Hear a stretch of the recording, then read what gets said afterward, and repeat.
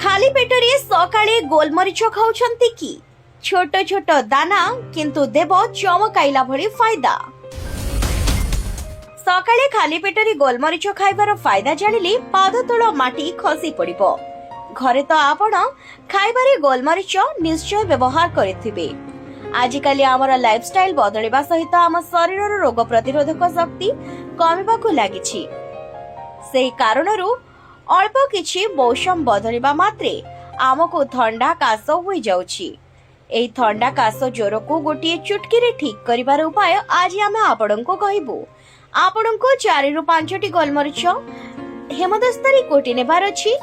ता सहित गोटे इंच अदा को भी कोटी देबार अछि। ता सहित गोटे लवंग भी कोटी नेबार अछि। ता सहित तुलसी रो गोटे पत्र ताको भी कोटी नेबार अछि। ता सहित गोटे चमच महू मिसाइबार अछि। जहाको भी काश हेउछि, ठंडा हेउछि किंबा ज्वर हेउछि, या छडा जहार रोग प्रतिरोधक शक्ति कम रहुछि तांको दिनरे 2 थर खाली पेटरे नेबार अछि। सकाळे खाली पेटरे थरे, संध्यारे खाली पेटरे थरे 2 थर आपण सेवन करिबा परे काश, ठंडा, ज्वर होई जिवो। जदि खाद्य हजम न हेउछि ताहाले सकाळे खाली पेटरे 4टी गोलमरीच पाउडर गोटे ग्लास उषुम पानी रे पकाई 2 थर आपण सेवन कला परे काश, ठंडा, ज्वर दूर होई जिवो।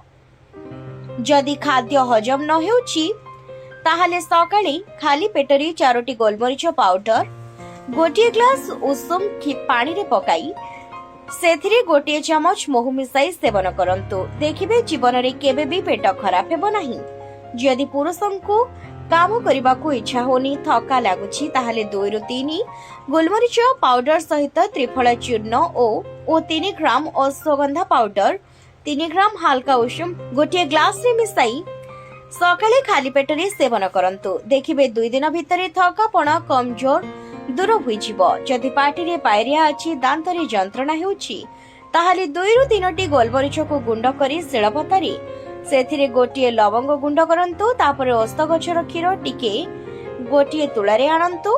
सेथिरे एही गुंड टिके लगाई दांत रे लगांतु। देखिबे दांत जंत्रणा एकाथरके गायब होई जिवो।